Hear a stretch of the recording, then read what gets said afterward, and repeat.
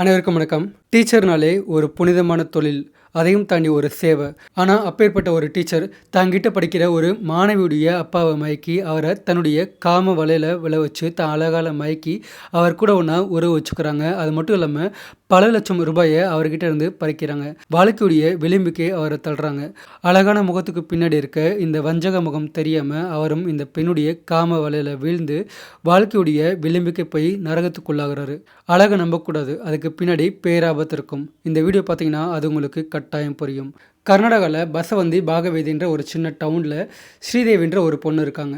இவங்க ஒரு கஷ்டப்படுற ஏழை குடும்பத்தில் பிறந்திருக்காங்க. 10th படிக்கும்போது இவங்க அப்பாவுக்கு ஒரு விபத்து ஏற்பட்டு அதில் ஒரு காலை இழக்கிறாரு. அதனால் அந்த வீட்டு பொறுப்பு எல்லாமே அவங்க அம்மா கிட்ட போகுது. அவங்க வேலைக்கு போய் அந்த குடும்பத்தை பார்த்துக்க ஆரம்பிக்கிறாங்க.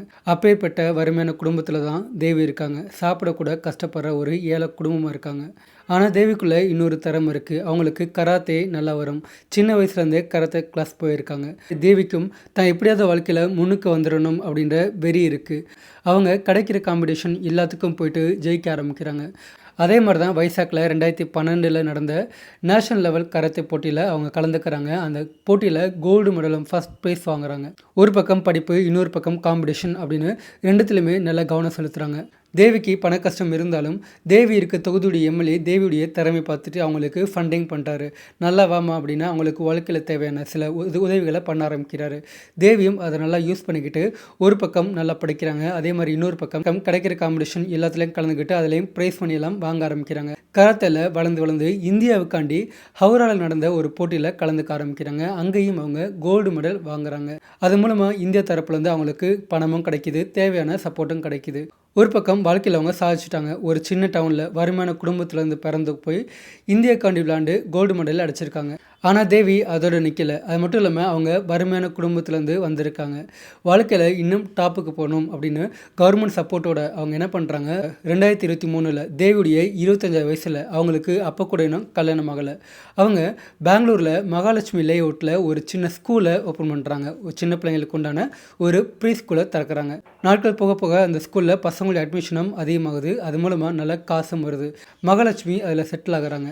ஆனால் வாழ்க்கையில் இன்னும் பெரிய உயரத்துக்கு போவாங்க அப்படின்னு எல்லாரும் நினச்ச சமயத்தில் 2025 கரெக்டாக ஸ்கூல் ஆரம்பித்து 3 வருஷம் கழித்து கிரைம் பிரான்ச் போலீஸ்காரங்க தேவியை கைது பண்ணுறாங்க. பணத்துக்காக ஆசைப்பட்டு செய்யக்கூடாத பல தவறுகளை செஞ்சுருக்காங்க. தன்னுடைய 25 வயசு வரைக்கும் கராத்தேவால் தன்னுடைய உடம்புல இருக்க பலத்தால் முன்னுக்கு வந்தவங்க அதுக்கடுத்து இன்னும் நிறைய பணம் சம்பாதிக்க தன்னுடைய உடலையே ஆயுதமாக பயன்படுத்தியிருக்காங்க. அவங்க செஞ்ச அந்த கேவலமான காரியத்தை பார்த்தா நம்ம இந்த வீடியோவில் பார்க்க போகிறோம். தேவி தன்னுடைய சொந்தமான ஒரு ஸ்கூல் ஆரம்பித்த பிறகு அந்த ஸ்கூலுக்கு உண்டான நிறுவனராக மட்டும் இல்லாமல் அதே ஸ்கூலில் டீச்சராகவும் ஒர்க் பண்ணுறாங்க. அந்த ஸ்கூலில் நிறைய பிள்ளைங்க வந்து சேர ஆரம்பிக்கிறாங்க. நல்ல பணமும் வருது. இப்படியே ஒரு 1 இயர் போகுது. 2024 புது வருஷம் பிறக்குது. அதுக்கடுத்து புதுசாக அட்மிஷன் போடுறாங்க. அப்போ தான் பார்த்தோன்னா அந்த ஸ்கூலில் 5 வயசில் இருக்கிற ஒரு பொண்ணு புதுசாக சேர்றாங்க.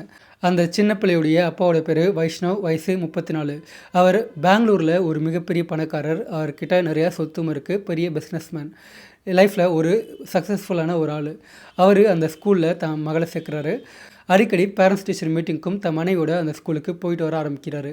அந்த சமயத்தில் தான் அந்த ஸ்கூலுடைய நிறுவனர் ப்ளஸ் டீச்சர் தேவி கூட அவருக்கு பழக்கம் ஏற்படுது. ஆரம்பத்தில் சாதாரண ஒரு பழக்கமாக இருந்தது. நாட்கள் போக போக இன்னும் நெருக்கமாக ஆரம்பிக்குது. அதில் அதிகமாக நெருக்கம் காட்டுறது தேவி தான். வைஷ்ணவ் அந்த ஸ்கூலுக்கு வந்தாலே அவர்கிட்ட போய் பேசுகிறது, என்ன பண்ணுறீங்க, ஏது பண்ணுறீங்க அப்படின்னு கேட்டு அவர்கிட்ட ரொம்ப ரொம்ப ஜாலியாகவும் ஜோவியலாகவும் பேச ஆரம்பிக்கிறாங்க. அதனால் அவரும் ரொம்ப கேஷுவலாக பேச ஆரம்பித்து 2 பேத்துக்கு இடையில அந்த நெருக்கம் வந்து இன்னும் அதிகமாக ஆரம்பிக்குது. அது மட்டும் இல்லாமல் வைஷ்ணவ் ஒரு பெரிய பிஸ்னஸ்மேன். வந்து தன் மகளை ட்ராப் பண்ணுற கார் கூட ஒரு பெரிய சொகுசு கார் தான். அவர் கூட பேச ஆரம்பித்து ஒரு சமயத்தில் இந்த தேவி என்ன பண்ணுறாங்க, வைஷ்ணவ் கிட்ட ஹெல்ப் கேட்குறாங்க. இந்த மாதிரி எனக்கு இந்த ஸ்கூலை நடத்துறதுல கொஞ்சம் ஃபண்ட் இஷ்யூ வந்து இருக்குது. அதுக்கு நீங்கள் ஃபண்டு பண்ணுறீங்களா, அதாவது எனக்கு ஒரு பணம் வந்து கடனாக தேவைப்படுது, நீங்கள் கொடுக்குறீங்களா அப்படின்னு வைஷ்ணவ்கிட்ட அவங்க கேட்குறாங்க. வைஷ்ணவ் தயங்காமல், ஏன்னா பழகியாச்சு ரொம்ப, அதனால் தயங்காமல் அந்த காசை வந்து கொடுக்குறாரு. தேவி அந்த பணத்தை வாங்கி யூஸ் பண்ணுறாங்க. கொஞ்ச நாளைக்கு அவர் அந்த பணத்தை கேட்கவே இல்லை. ஆனால் சில நாட்கள் கழித்து, ஒரு சில மாதங்கள் கழித்து பணம் என்னாச்சு, பணம் எப்போ கிடைக்கும் அப்படின்னு அவர் திரும்ப கேட்குறாரு. அப்போ தேவி சில காரணங்களை சொல்கிறாங்க. இந்த மாதிரி கொஞ்சம் டைம் ஆகும் அப்படின்னு சில காரணங்களை சொல்கிறாங்க. இன்னும் கொஞ்சம் மாதம் வெயிட் பண்ணுங்க சொல்கிறாங்க. வைஷ்ணவும் வெயிட் பண்ணுறாரு. அதுக்கடுத்து சில மாதங்கள் கழித்து இதுக்கடையில் உங்கள் 2 2 பேத்துக்கு இடையில இருக்க அந்த பழக்கம் வந்து நல்லாவே இருக்குது. ஆனால் இடையில கேட்காம அடிக்கடி கேட்காம சில மாதங்கள் கழிச்சு வைஷ்ணவ் திரும்பவும் கேட்குறாரு. அப்போ தேவி இந்த மாதிரி எங்கள் வீட்டில் வந்து அப்பாவுக்கு வந்து உடம்பு சரியில்லை, அவருக்கு வந்து சில ஒரு பெரிய மேஜர் ஆப்ரேஷன் வந்து போயிட்டுருக்கு, கொஞ்சம் ஃபண்ட் இஷ்யூலாம் வந்து இருக்குது, கொஞ்ச நாள் கழிச்சு தர்றேன் அப்படின்னு சொல்லிட்டு அதை இன்னும் கொஞ்ச நாள் தள்ளி போடுறாங்க. வைஷ்ணவும் அதெல்லாம் கேட்டுட்டு சரின்னு விட்டுறாரு. சில மாதங்கள் போகுது. அதுக்கடுத்து திரும்பவும் பணம் வேணும் அப்படின்னு தேவியை இன்சிஸ்ட் பண்ண ஆரம்பிக்கிறாரு. கொஞ்சம் கொஞ்சம் ஹாஷாக கேட்பாங்க இல்லையா, பணம் எப்போ கிடைக்கும் அப்படின்ற மாதிரி கேட்க ஆரம்பிக்கிறாரு. அப்போ தேவி என்ன பண்ணுறாங்க, ரொம்ப தெளிவாக, என்கிட்ட இப்போது பணம் வந்து கிடையாது, என்னால் இப்போதைக்கு கொடுக்க முடியாது, வேணா நம்ம ஒன்று பண்ணலாம், நீங்கள் இந்த ஸ்கூலுடைய பார்ட்னர் ஆக்கியாங்கன்னு வைஷ்ணவுக்கு ஒரு ஆஃபர் பண்ணுறாங்க. ஆனால் வைஷ்ணவுக்கு அது பிடிக்கல, அவருக்கு ஏதோ தப்பாக படுது.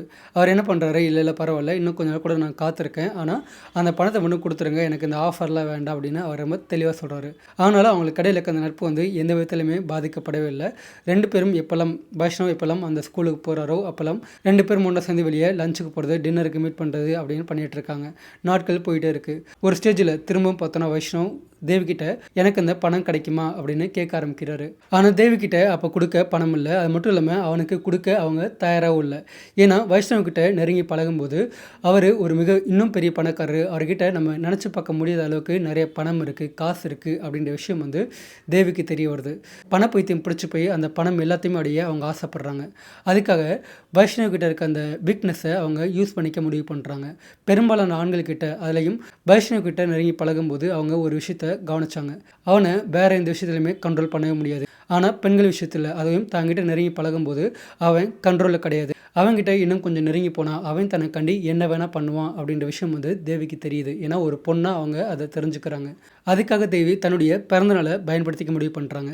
இந்த மாதிரி என்னுடைய பர்த்டே இருக்குது, வீட்டுக்கு வாங்க அப்படின்னு வைஷ்ணவை தன் வீட்டுக்கு வந்து அழைக்கிறாங்க. வைஷ்ணவும் அதை கேட்டு ரொம்பவே எக்ஸைட் ஆகுறாரு.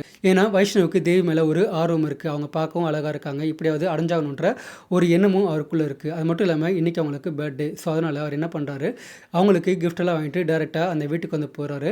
அங்கே போனால் அவருக்கு இன்னொரு ஆச்சரியம், அந்த வீட்டில் யாரும் கிடையாது, தேவி மட்டும் தான் இருக்காங்க. அதை பார்த்த உடனே வைஷ்ணவி கேட்குறாரு, உன்னுடைய பர்த்டேன்னு சொன்னீங்க, ஆனால் வீட்டில் யாருமே இல்லையே அப்படின்னு கேட்ட உடனே தேவி அந்த இடத்துல அவரை பேசி மயக்க ஆரம்பிக்கிறாங்க. என்னுடைய பர்த்டேல இந்த வருஷம் என் வாழ்க்கையில் ஒரு மிகச்சிறந்த ஆள், என்னுடைய பெஸ்ட் பார்ட்னர் அப்படின்னா அது நீங்கள் தான். உங்கள் கூட என்னுடைய பர்த்டேவை தனியாக செலிப்ரேட் பண்ண நான் ஆசைப்பட்டேன், அதனால தான் உங்களை வீட்டுக்கு வர வச்சேன் அப்படி சொல்லி அவரை வார்த்தையிலே பேசி மயக்கிறாங்க. அது மட்டும் இல்லாமல் தேவி வைஷ்ணவ மயக்கி 2 பேரும் அதே வீட்டில் ஒன்றா உறவு வச்சுக்கிறாங்க. அப்போ இருந்து பார்த்தோன்னா வைஷ்ணவ் தேவிக்கு அடிமையிட்டார். அதாவது அவங்க சொல்கிற எல்லாத்தையுமே கேட்குறது, அவங்களுக்கு அடிக்கடி கிஃப்ட் வாங்கி தர்றது அப்படின்னு நிறையா பொருட்களையும் காசையும் அவங்களுக்கு வாரி இறக்க ஆரம்பிக்கிறாரு. தான் குடும்பத்தோட தன்னுடைய மனைவியோட டைம் ஸ்பெண்ட் பண்ணுறதை விட்டுட்டு அதிக நேரத்தை தேவி கூட ஸ்பெண்ட் பண்ண ஆரம்பிக்கிறாரு. இன்னும் ஒரு படி மேலே போய் தான் குடும்பத்தில் இருக்க யாருக்குமே அது தெரியக்கூடாது அப்படின்னு புதுசாக 2 ஃபோன் வாங்கி 2 சிம் வாங்கி அதை ஒன்று தேவிக்கும் கொடுத்து 2 பேரும் சீக்ரெட்டாக அந்த ஃபோனை யூஸ் பண்ணி பேசிக்க ஆரம்பிக்கிறாங்க.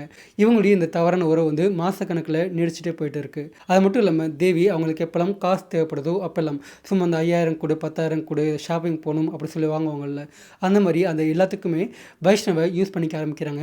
வைஷ்ணவும் தேவி மேலே இருக்க மயக்கத்தில் அவங்களுக்கு அதிக பணத்தை செலவு பண்ணிகிட்டு இருக்காரு. ஒரு ஸ்டேஜில் தான் என்ன சொன்னாலும் வைஷ்ணவ் கேட்பான் கொடுப்பான் அப்படின்ற ஸ்டேஜ் வந்த பிறகு தேவி என்ன பண்ணுறாங்க, வைஷ்ணவ்கிட்ட எனக்கு இந்த மாதிரி இந்த ஸ்கூலை இன்னும் கொஞ்சம் பெருசாக்கணும், அதுக்கு இன்னும் கொஞ்சம் பணம் தேவைப்படுது, நீ கொஞ்சம் பணம் கொடு அப்படின்னு இன்னும் ஒரு 10 லட்சம் வந்து பார்த்தோன்னா திரும்ப வைஷ்ணவ்கிட்ட அவங்க கேட்குறாங்க. ஆல்ரெடி தேவி மேலே மயக்கத்தில் இருக்க வைஷ்ணவ் இந்த முறை எதுவும் கேட்காம அவங்ககிட்ட திரும்ப அந்த 10 லட்சத்தையுமே கொடுக்க ஆரம்பிக்கிறாரு. அதுக்கு முன்னாடியே நிறைய பணத்தை கொடுத்துருக்காரு, இப்போ திரும்பவும் 10 லட்சம் கொடுத்துருக்காரு. ஆனால் திரும்ப அந்த பணத்தை முன்னாடி தான் கேட்டார் இல்லையா, இப்போ அந்த பணத்தை வந்து திரும்ப அவர் கேட்கவே இல்லை, அப்படியே விட்டார். அவங்க குடும்பத்துக்கான இதை பற்றி எதுவுமே தெரியாது. நாட்கள் போயிட்டே இருக்குது. இன்னொரு பக்கம் தேவியுடைய ஆசைகள் அதிகமாகிட்டே இருக்குது. நம்ம இன்னும் இவங்ககிட்ட இருந்து பணத்தை பறிக்கணும், இன்னும் நிறையா பணம் வேணும் அப்படின்னு வைஷ்ணவ்கிட்ட இருந்து இன்னும் நிறையா பணத்தை பிடுங்க தேவி முடிவு பண்ணுறாங்க.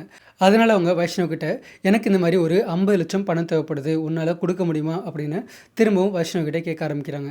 இத்தனை நாளாக பணம் கொடுத்ததை அவர் கணக்கில் எடுத்துக்கல. தேவி மேலே இருந்த ஆசையிலையும் மயக்கத்திலையும் அவர் அதை பண்ணார். ஆனால் இப்போது இவ்வளோ பெரிய அமௌண்ட்டை கேட்ட உடனே அப்போ தான் அவருக்கு ரியலைஸ் ஆகுது, உண்மையிலே தேவி தன் மேலே இருக்க ஆசையினால் பழகலை, காசுக்காண்டி தான் பழகிட்டு இருக்காங்க அப்படின்ற அந்த உண்மையை அப்போ தான் வைஷ்ணவ் ரியலைஸ் ஆகுறாரு. அதனால் வைஷ்ணவ் கொஞ்சம் கொஞ்சமாக அதுலேருந்து வெளியே வரதை விட்டுட்டு ஒரேடியாக அந்த கனெக்ஷனை ஸ்டாப் பண்ணுறாரு. தங்கிட்ட இருக்க அந்த இன்னொரு ஃபோனையும் உடச்சி போட்டு அதில் இருக்க சிம்மையுமே உடச்சி போட்டார். தேவி இன்னொரு மொபைலுக்கு கால் பண்ணாலும் போகவே இல்லை, அது எல்லாத்தையுமே பிளாக்ல போட்டார். இன்னொரு பக்கம் தேவிக்கும் அது எல்லாமே ரியலைஸ் ஆகுது. இனிமேல் வைஷ்ணவ மயக்கி அவங்ககிட்ட இருந்து பணம் பிடுங்கவே முடியாது அப்படின்னு தேவிக்கு நல்லா புரிஞ்சு போச்சு. ஆனால் கூட அவங்களுடைய பணத்தை சவடலை, இவனையே இன்னும் மிரட்டி இத்தனை நாள் வரைக்கும் மயக்கி பணம் வாங்கினாங்க, இனிமேல் அவனை மிரட்டி எப்படி பணம் பணம் வாங்குறது அப்படின்னு அவங்க யோசிக்கிறாங்க. அதுக்குண்டான ஒரு முக்கியமான ஆயுதம் கூட அவங்ககிட்ட இருக்குது. ஸோ தேவி என்ன பண்ணுறாங்க, மார்ச் 12, 2025 அன்னைக்கு இந்த வைஷ்ணவுடைய மனைவி கால் பண்ணிவிட்டு, இந்த மாதிரி ஸ்கூலில் ஒரு பேரண்ட்ஸ் டீச்சர் மீட்டிங் வந்திருக்கு, அதுக்கு நீங்கள் வரணும் அப்படின்னு அவங்கள வர சொல்கிறாங்க. வைஷ்ணவுடைய மனைவியும் அதை வைஷ்ணவ் சொல்கிறாங்க. ஆனால் அன்னைக்கு அவங்களுக்கு வெளியே வேறு வேலை இருக்குது, அதனால் நீங்கள் போயிட்டு வாங்க அப்படின்னு தன் கணவனை மட்டும் பேரண்ட்ஸ் டீச்சர் மீட்டிங்கு போக சொல்கிறாங்க. அதுக்கு அவரும் சரி சொல்லிட்டு ரொம்ப தைரியமாக போகிறாரு. ஏன்னா அவங்கள விட்டு விலைக்கு வந்தாச்சு. அதுக்கடுத்து தேவி இவரை காண்டாக்ட் பண்ணவும் இல்லை. தனக்கும் தேவிக்கு இடைப்பட்ட அந்த உறவு வந்து ஃபுல்லாக முடிஞ்சு போச்சு. அவன் இனிமேல் தன்னை எந்த விதத்துலையுமே டிஸ்டர்ப் பண்ண மாட்டா, எல்லாமே முடிவுக்கு வந்துருச்சு அப்படின்னு அவர் மனசில் நினச்சிட்ருக்காரு. தேவி தன்னை விட்டாங்கன்னு அவர் நினச்சிட்ருக்காரு. அதனால் ரொம்ப தைரியமாக கிளம்பி ஸ்கூலுக்கு போகிறாரு. ஆனால் ஸ்கூலுக்குள்ளே போன பிறகு தான் தெரியுது அன்னைக்கு அந்த ஸ்கூலே லீவு அப்படின்னு. அந்த ஸ்கூலில் வேறு யாருமே கிடையாது, பிள்ளைங்க இல்லை, டீச்சர்ஸ் எல்லாம் யாருமே இல்லை. ஆனால் வைஷ்ணவ் அந்த ஸ்கூலுக்குள்ளே நுழைஞ்ச உடனே அங்கே 2 பேர் இருக்காங்க. பார்க்கவே தடியாக இருக்க, அடியாள் மாதிரி இருக்க 2 பேர் அவர்கிட்ட போகிறாங்க. ஒருத்தன் பேர் கணேஷ், இன்னொருத்தன் பேர் சாகர். இவங்க 2 பேரும் வைஷ்ணவ் கிட்ட போன உடனே அவரை அடித்து உள்ளே இருக்க இன்னொரு கிளாஸ் ரூமுக்கு இழுத்துட்டு போகிறாங்க. நீ எங்கள் மேடத்தை ஏமாற்றுவியா, பேசி பழகி ஒன்றா இருந்துட்டு இப்போது ஏமாற்றிட்டு விட்டு போயிடுவியா, ஒன்றா நாங்கள் இப்போ போலீஸ்கிட்ட கூட்டிகிட்டு போயிட்டு கேஸ் கொடுக்க போகிறோம் அப்படின்னு மிரட்டுறாங்க. அது மட்டும் இல்லாமல் உன்னுடைய மனைவி அதே மாதிரி மாமனார் இருக்காங்க இல்லையா, அவங்ககிட்டையும் இந்த உண்மை எல்லாத்தையுமே சொல்ல போகிறோம் அப்படின்னு அவங்க சொல்கிறாங்க. அதை கேட்ட உடனே வைஷ்ணவ் பயந்து போகிறாரு. அவரால் எதுவும் பேசக்கூட முடியல. ஏன்னா எல்லாமே முடிஞ்சு போச்சு. தேவி தன்னை விட்டுருவா அப்படின்னு நம்பி தான் அவர் அங்கே போனார். அது மட்டும் இல்லாமல் தேவியை அப்போ வரைக்கும் அவர் ஒரு சாதாரண பொண்ணா, அதாவது ஒரு ஸ்கூலுடைய ஓனர், ஆனால் அதோட அவங்க லெவல் வந்து முடிஞ்சு போச்சு. அதுக்கு மேலே அவளால் எதுவும் பண்ண முடியாது அப்படின்னு அவர் நினச்சிட்டு இருந்தார். ஆனால் இப்போது 2 பேர்த்த வச்சு தன்னை மிரட்டின உடனே அவருக்கு பயம் அதிகமாகுது. அது மட்டும் இல்லாமல் தன் வீட்லேயும் சொல்லிடுவாங்க அப்படின்னு சொன்ன உடனே பயம் இன்னும் அதிகமாகுது. அவர் பேச்சு மூச்சு இல்லாமல் அப்படியே இருக்கார். ஆனால் அதுக்குள்ளேயே அங்கே இருக்க 2 பேருமே இப்போ உன்னை ஸ்டேஷனுக்கு கூட்டிகிட்டு போய் என்ன பண்ணுறோம் பாரு அப்படின்னு அவரை கழுத்தை பிடிச்சி சட்டையெல்லாம் பிடிச்சி தரன்னு இழுத்துட்டு போயிட்டு வெளியே பார்த்தோன்னா ஒரு எஸ்யூவி கார் இருக்குது. அந்த காரில் அவர் ஏற்றி அங்கேருந்து கிளம்ப ஆரம்பிக்கிறாங்க. ஆனால் அந்த எஸ்யூவி போன இடம் பார்த்தோன்னா நேராக வைஷ்ணவுடைய வீடு. வைஷ்ணவுடைய வீட்டு முன்னாடி அந்த கார் போய் நிற்கிது. வைஷ்ணவுக்கு அப்போ கூட ஒன்றும் புரியல.